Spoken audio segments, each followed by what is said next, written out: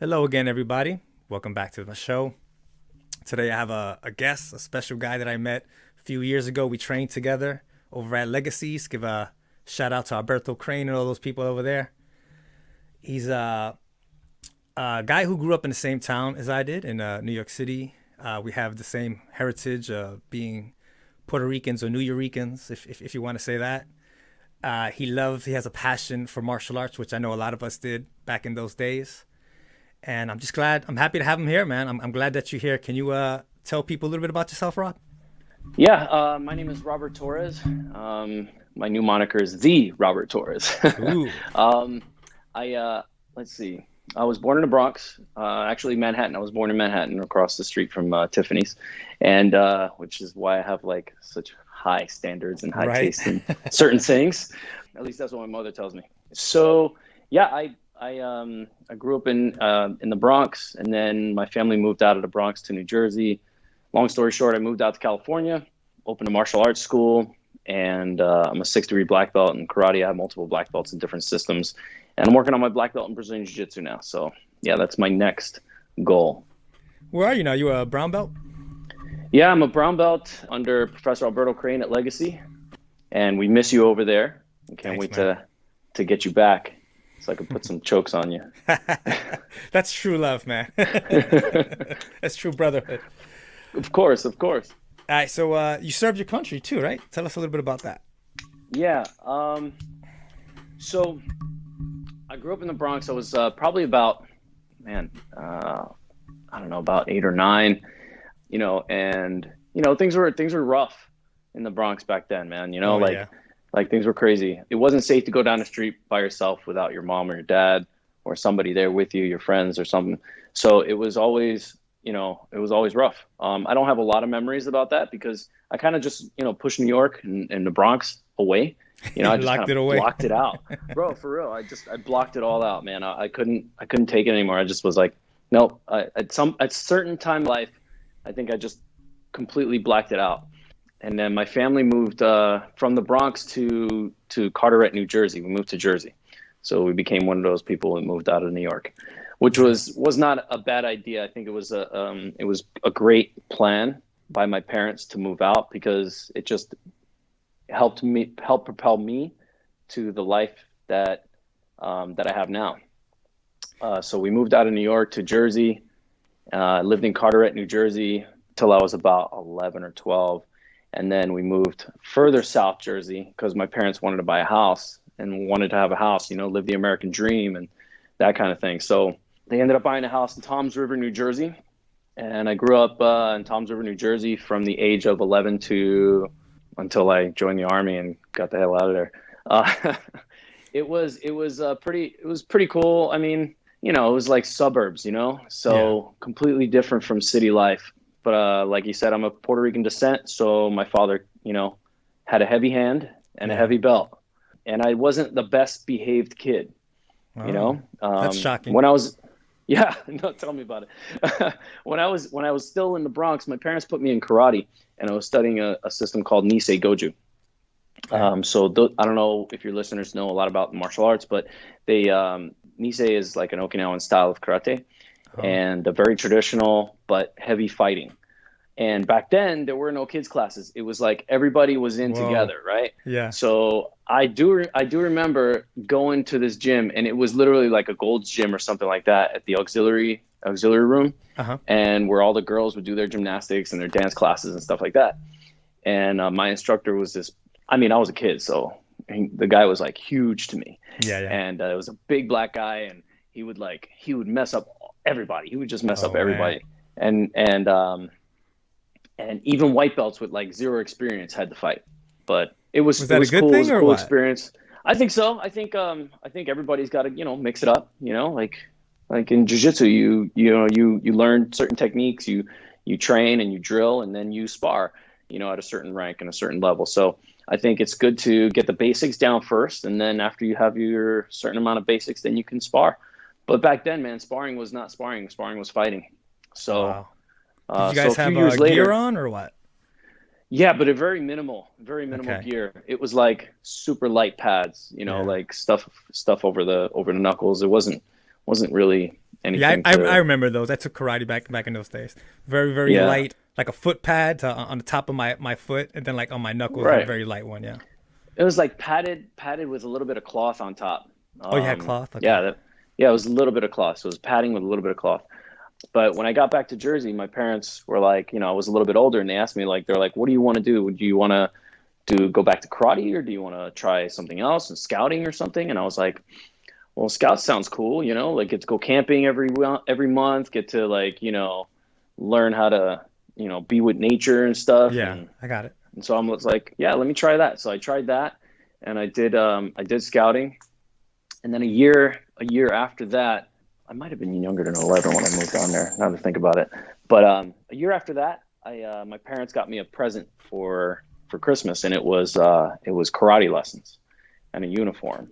And so I was Ooh. like, "Whoa, this is cool." And so I walked into the dojo again for the first time in like a year or more, and I fell in love with it, man. And I didn't look back. It was the 100%. So I was in the scouts and doing karate at the same time.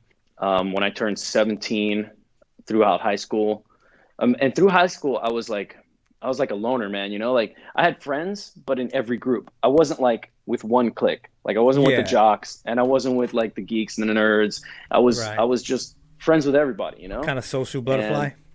yeah, man, and I would keep to myself, and people were like, "Look at this weirdo," like, and I'm like, "I don't care what you think about me, bro." Like, I That's would healthy, literally man. go to That's really school. I healthy. would, yeah, man, I would literally go to school with green pants and an orange shirt because my parent, like, I trust me, I didn't grow up in a rich family at all, like wealthy Right. family. We were like lower middle class. Like, Right. my dad was working 4 jobs to Oh to man. keep the mortgage up. You know what I mean? Like, Yeah. so.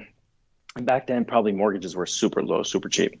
But yeah, so man, I didn't really. I got into like a couple of fights in high school. It wasn't like anything big. And then let's Did the see. karate help out? Yeah, I was like a green belt. Well, let me tell you this story. This is like, man, this is when I first moved to Carteret. So when I first moved into Carteret, I had a babysitter, and she lived at a trailer park, and so my parents both worked.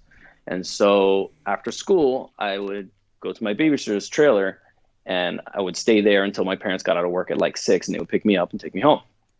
But she would babysit other kids, and there was other kids in the trailer park who lived there too. And so some of the kids knew that I was training karate, and it got out. And Uh-oh. then That's how the it always kid who was happens. like the bulliest, the worst, Yeah, the yeah. toughest, meanest kid, right? He was like, "Oh yeah, what's going on? You karate kid, huh? You karate kid?" And I'm like, "No, man, no, it's not like that, blah Yeah. blah blah." He's like, "No, come on, show me your moves, show me your moves." And I'm like, "No, man, really, it's not like that." And I forget how the conversation went, but he socked me so hard in the eye. Oh He punched me man. so hard. He punched me straight in the face. And I remember this like it was yesterday. I I bent down, I grabbed my eye, and like this rage filled me. And then I turned around and I kicked him right in the groin and then punched him right in the face. Ooh. He laid flat out in the ground. I ran into my babysitter's trailer Yeah. crying. I was crying, right? Yeah. And so I remember getting a slab of it was either a slab of meat or like peas, and she And just putting it on your put it on eye. my Yeah, eye, right? yeah. And she called my parents, and I don't remember what my parents said to me or anything, but it was, that was like, yeah, I gotta start training again, you Yeah. know. So did that guy ever mess with you again? No, you know what the Lesson thing learned, man. about you know what the thing about being in the martial arts does? What? It gives you the confidence that you walk around with, that Uh-huh. people just leave you alone, like I can nobody see really that. messes with you. I, Yeah. I feel like if you have the confidence within yourself through training through the martial arts, I think people just tend to leave you alone. You know what I mean? And I'm Yeah. talking to the guys who are like skinny and small, like I Uh-huh. was. Yeah. Yeah, I think if you ever read up on stuff about predators, like especially like serial killers and stuff like that, when they stalk their prey and they look at people, they pick up on like mannerisms and stuff like that, and they could see who's gonna put up a challenge and who's not. It's nonverbal Yeah. communication. Right. So Yeah. that's definitely one thing I think martial arts gives you. Another thing I noticed, man, is that guys are real chill like you. When you feel confident, it's like you don't have to be an asshole. You Yeah. know what I mean? Yeah, Or you exactly. don't have to get into a fight. You know, if someone starts running their mouth, you're like, okay, dude, that's cool, man. Later, man. You know what I mean? Like it's just.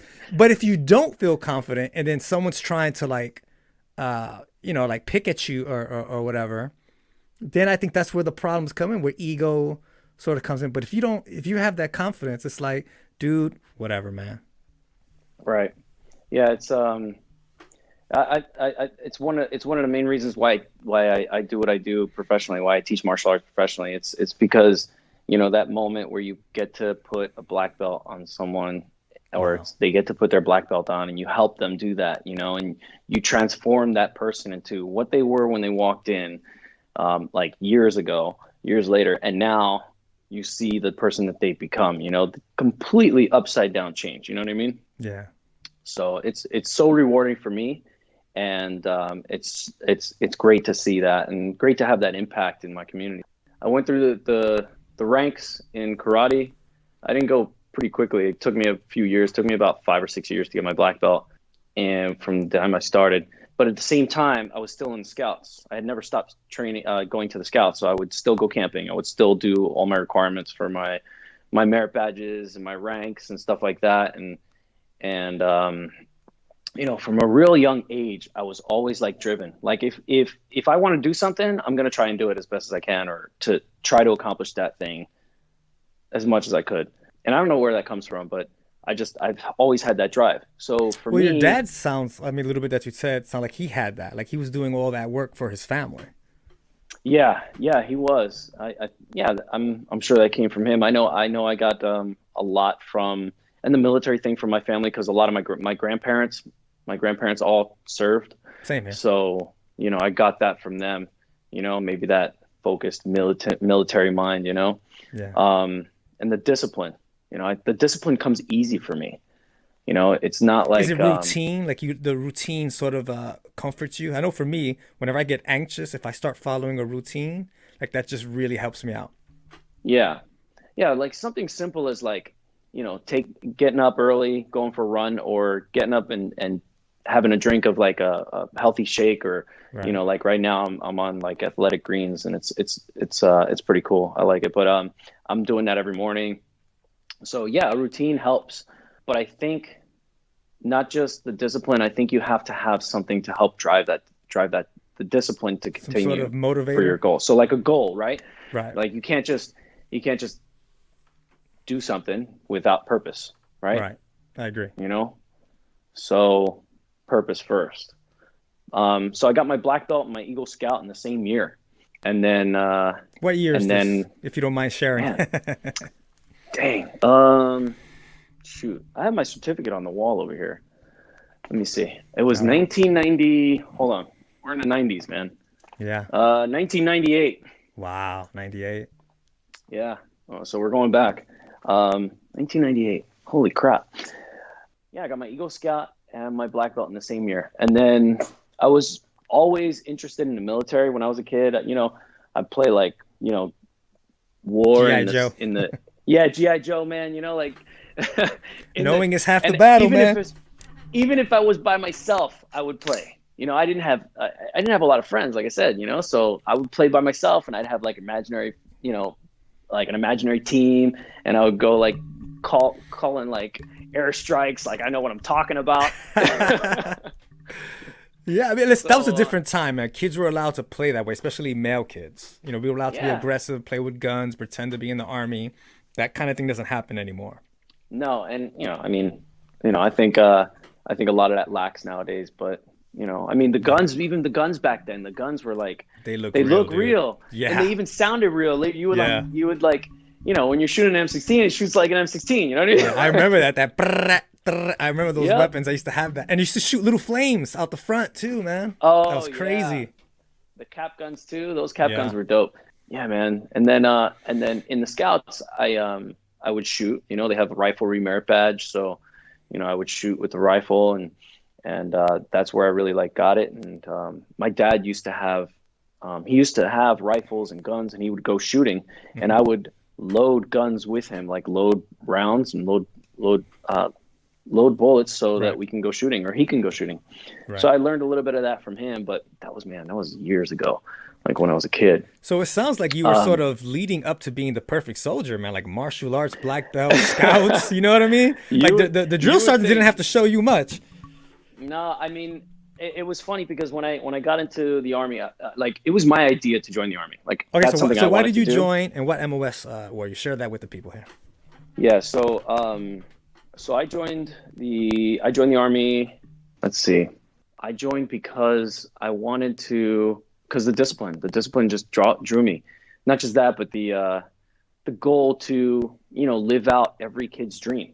You know what I Yeah, mean?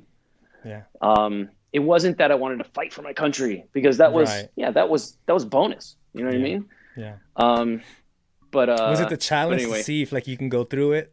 Because a little bit of that was for me.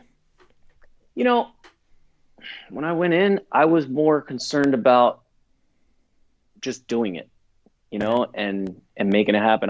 The challenge was always going to be there. I knew it was going to be a challenge. I knew it yeah. was going to be hard. I didn't think any of it was going to be easy. So Then for you, when I you got wanted to to be, reception, yeah, you wanted to be a part of the tradition. Then it sounds like yeah, and just like, just do it. So, that's and Nike. I sum it up. Yeah, seriously, I sum it up to like, the basic training was the best time of my life. I would never want to do again. Yeah, yeah, that sounds right. You know, it was so fun on the inside, like Yeah, for me, because, being like already just thriving off of discipline, and people yelling at you, and like, yeah, pointing yeah. their The knife hand. Yeah, fingers in your face, and yeah, the shark attack. yeah, It was like I was sucking it in. You know what I mean? I yeah. was sucking it all in. It was like it was a rush, They don't and it do that was anymore, great, by the and I way. They just felt that. cancel that, the shark attack. Yeah, I heard. I watch YouTube, and I watched this hilarious guy. He was a drill sergeant in the army, and I think he's out now. I'm not sure if he's still in or reserves or what, but he did this whole hilarious episode. I forget his name though, but I think I know who you're it's talking it's about now. hilarious, hilarious. But yeah, man, the army was fun. My MOS was 13 Bravo. I was a Which field is artillery cannon cocker. all right. Boom. And it was fun. I enjoyed being in the guns. It All was right. like it was like, I had a good time. The worst time is just sitting, as you know, just Just sitting. waiting. Yeah. Hurrying up and wait is the worst Hurry up and wait. Yeah. policy the military has ever. If we're gonna take action, let's take action, bro. I'm like, Yeah. I decide on something, or I hear a good idea. Either I decide and move on it, or I decide and move on. You Yeah. know, Exactly. so so yeah, that was my experience. I think I had a good time, but I don't regret it. I'm not one of those people who look back and regret it, making a decision, because you make a decision for everything that you do in life. Whether it's to leave work early or leave work late, whether it's to, decisions make up the person that you are. So you don't look back. You're saying So that at the time you made the best decision that you could, and then you just go yeah, with it. You don't have that much of a regret about it. no, I don't look back. I just deal with and that's just my policy all around. I think I just deal with whatever comes, and that's why I think jujitsu is so awesome. Is because whatever situation you put yourself into, you have to fight your way out, and it's not how you got there. It's all right. How the fuck am I gonna get out of this? You know. Yeah, no, that's So true, man. I study psychology. I worked as a psychotherapist intern for a while, and a lot of people get caught in that kind of loop, always going back. Oh, I made the wrong decision. I made the wrong decision, and then they become sort of fixated on always making the right decision. I'm like, look, right, there's no Monday morning quarterbacks. You make the best decision that you can at the time, and you right. move forward. Life only Yeah, moves in push one on, direction, man. Just go, yeah. drive on. So yeah. And then let's see. I moved out to California in So hold on real quick. 2004. You knew you weren't going to make it a career from the beginning, or did you think Oh, about that? no, so when I joined, I wasn't active duty. I was guard. So I was Okay. Army Guard, Okay. National Guard. And so it was like part-time soldier, you know what I mean? Okay. Okay. Yeah. Yeah. But drill, and my 2 weeks every year was awesome. It was fun, and if we did get activated during September 11th, so my unit had to go to New York, and I was part of that. Wow. Tell us about that. Yeah, so it wasn't like crazy like anything would think. It was really like I was sitting at home, and that September 11th happened. I called my sergeant, and I was like, "What's going on?" He's like, "I don't know. So hang tight." September Yeah. 11th happened, and I was like, "Shoot!" And I'm like, he's like, "Just be ready for anything. Pack your shit just in case." So I was like, "All right." So I packed up my stuff, and I got a phone call, and they're like, "Okay, we're gonna come. Everybody meet up down at the armory, such day, such time." So went down there, and they said that our unit's gonna get deployed, but they're gonna split us. Okay. So we were part of the 42nd Infantry Division, right? Okay. And so they were going to split our unit, and so half of us would go and half of us wouldn't. Half of us would stay back. So it was literally like they would call out names, and we're seated in classroom formation, we're just hanging out, and we're waiting, and then the officers come in, and they start reading off names. The guy stands up next to me. The guy stands up next to me, and they don't call it. They call a few more people, and then that was it out of my whole unit. So the half of my unit left, and it was like they kind of passed me up. So I was like, dude, and Yeah. and part of me was like, man, like why? Yeah. And then Yeah. the Yeah. other part of me was like, oh, thank God. Yeah. Yeah. Right? Exactly. Yeah. Yeah. But I didn't know how to feel at that point. But I was like, it was like struggle. So a lot of us would support for the guys who were getting deployed, and that was months later. That was months later after September 11th. But September 11th, let's go back because I'm getting like Yeah. Yeah. everything's coming in and out. So September 11th happens. Not even a month later, we get activated to go to New York. We go to New York. We're stationed in Hoboken, and our unit's task was bridges and tunnels, and like all the travel stuff. So we were working real close with the Port Authority. Honestly, it was like literally it was 12 hours. It was 3 12s and then 1 12 off, I think. Okay. And what was cool about it was I was able to at least drive home for those 12 hours and like be with my girlfriend and see my mom and stuff. But This is the girlfriend man, that eventually became your wife, or? no, this was Oh, okay. Well, let's not talk about her then. way before her. Way before All right. her. And then let's see. And then that was it. The unit told me that we're gonna get deployed in like 3 months. So we're like, cool. So hanging out 3 months later, no deployment.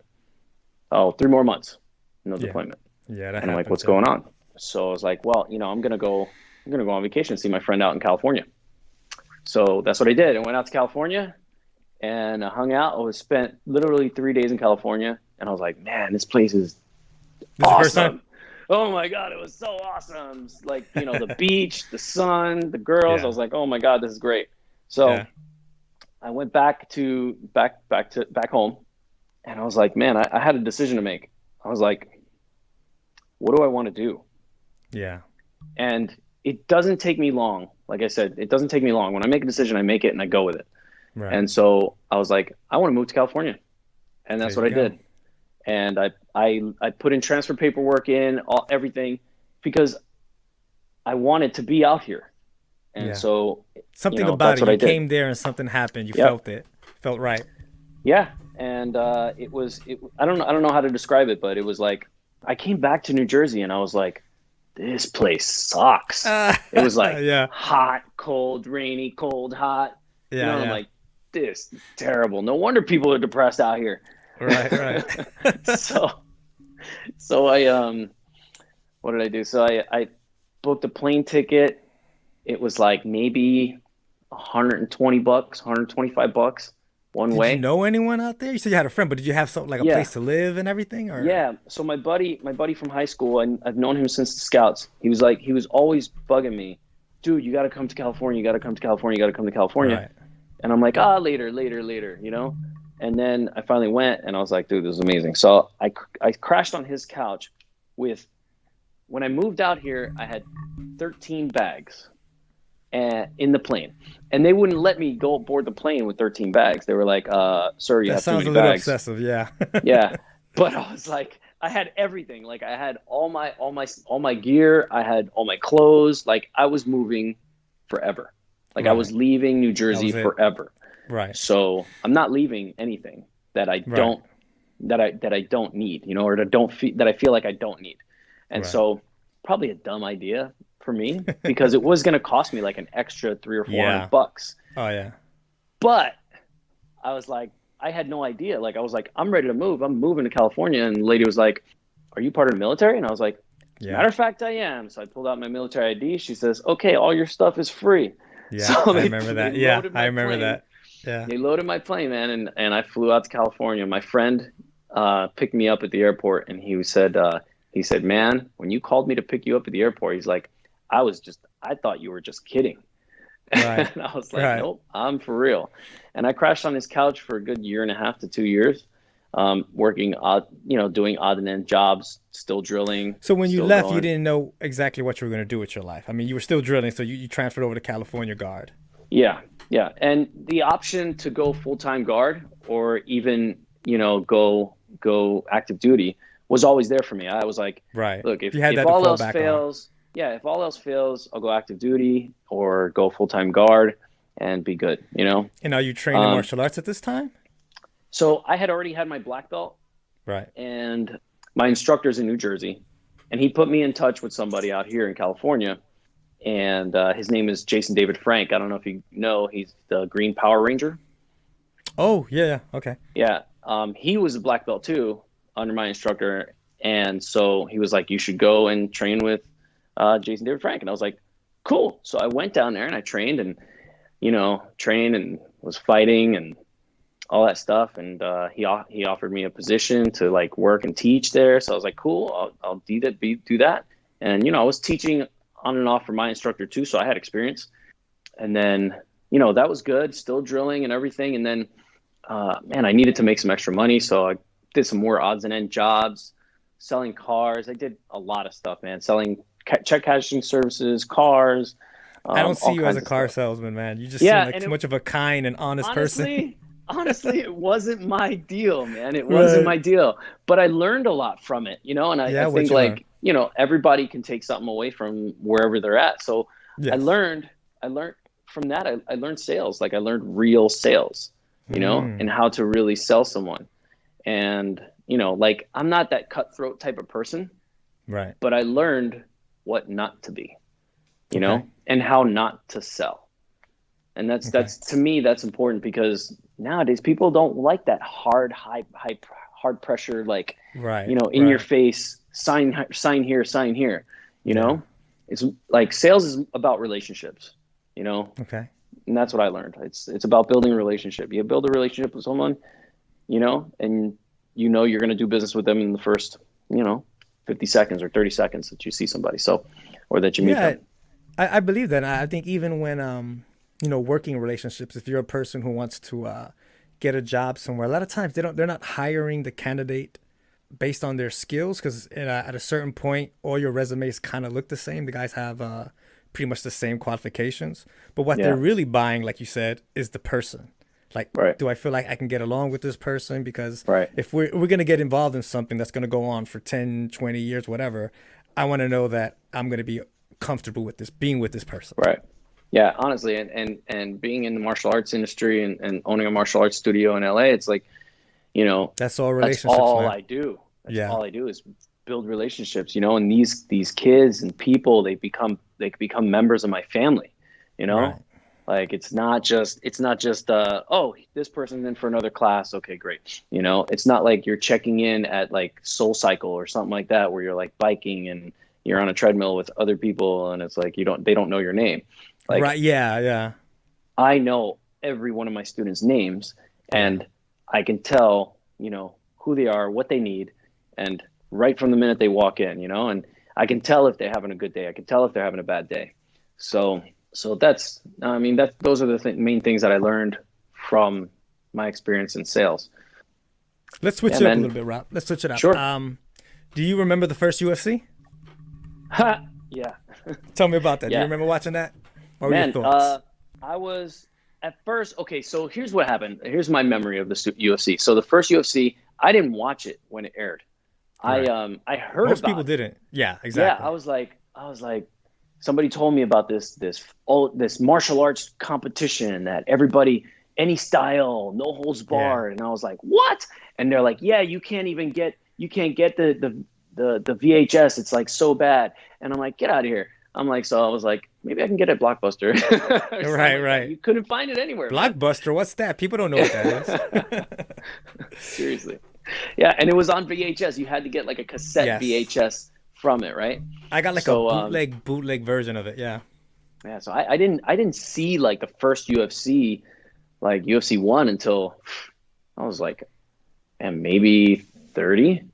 So Wow. I didn't watch it at all, but I heard about it, Right. and I heard about the hype, and I was like, man, this is crazy. And then I heard about this jujitsu stuff, and I'm like, what is that? That sounds weird.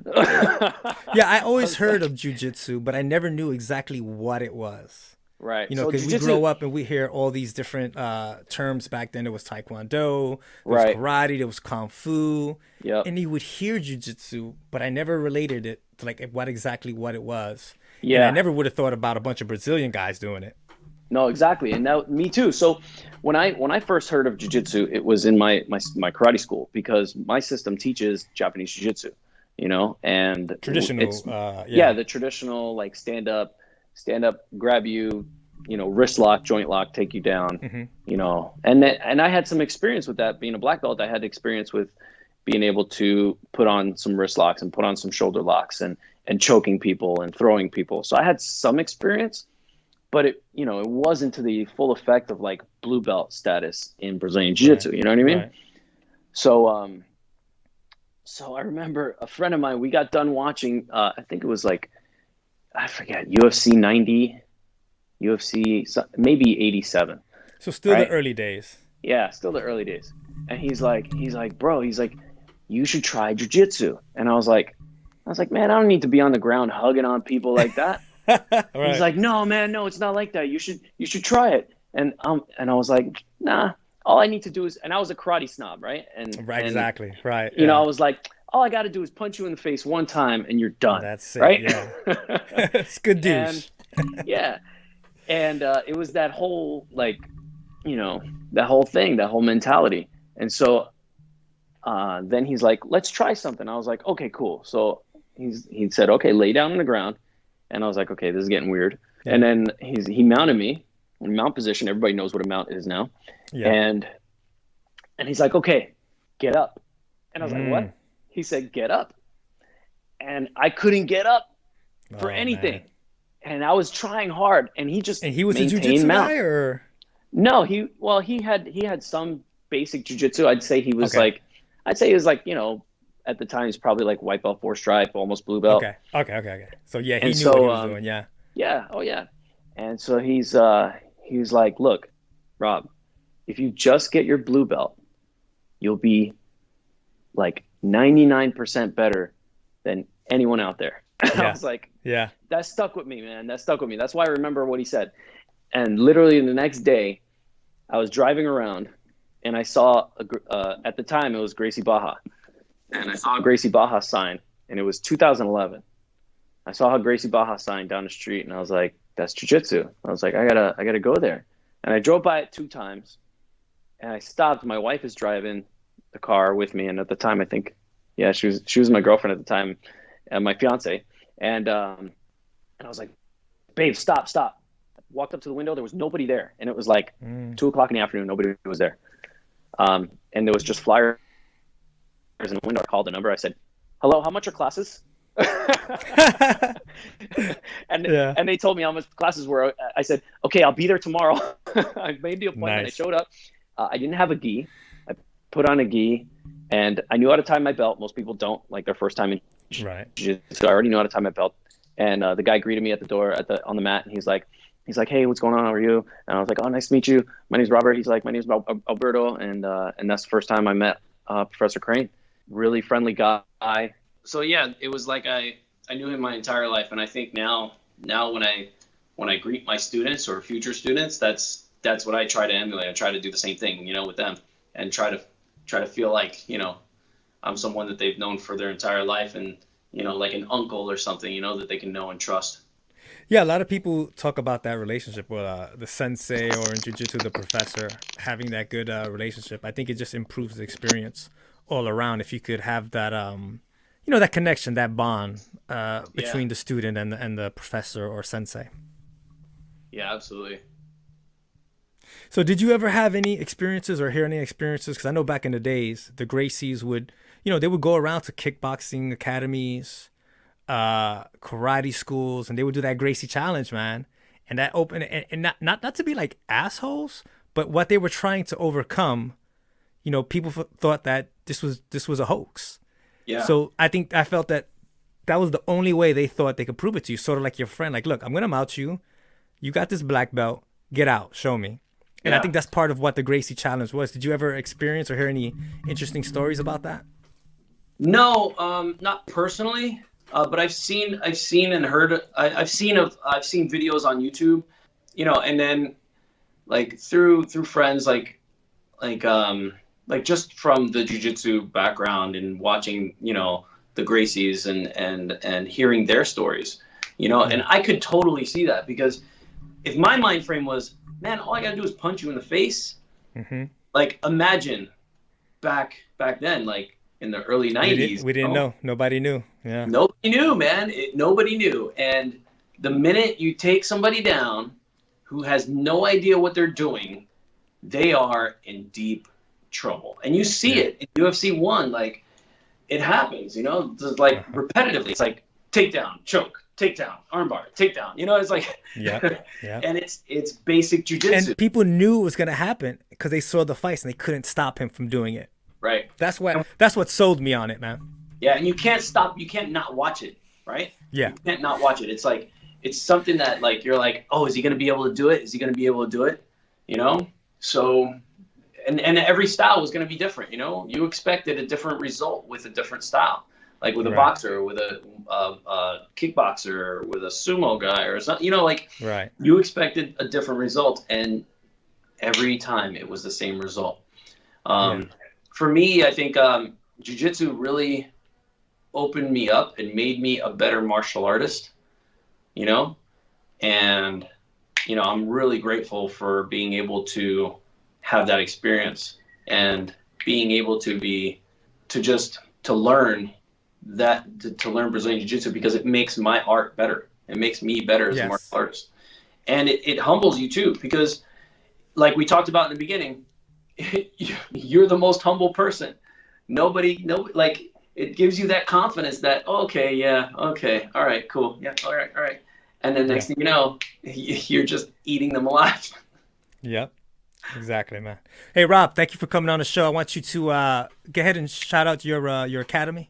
Yeah, cool. So my studio is Crescent Moon Karate in Los Angeles.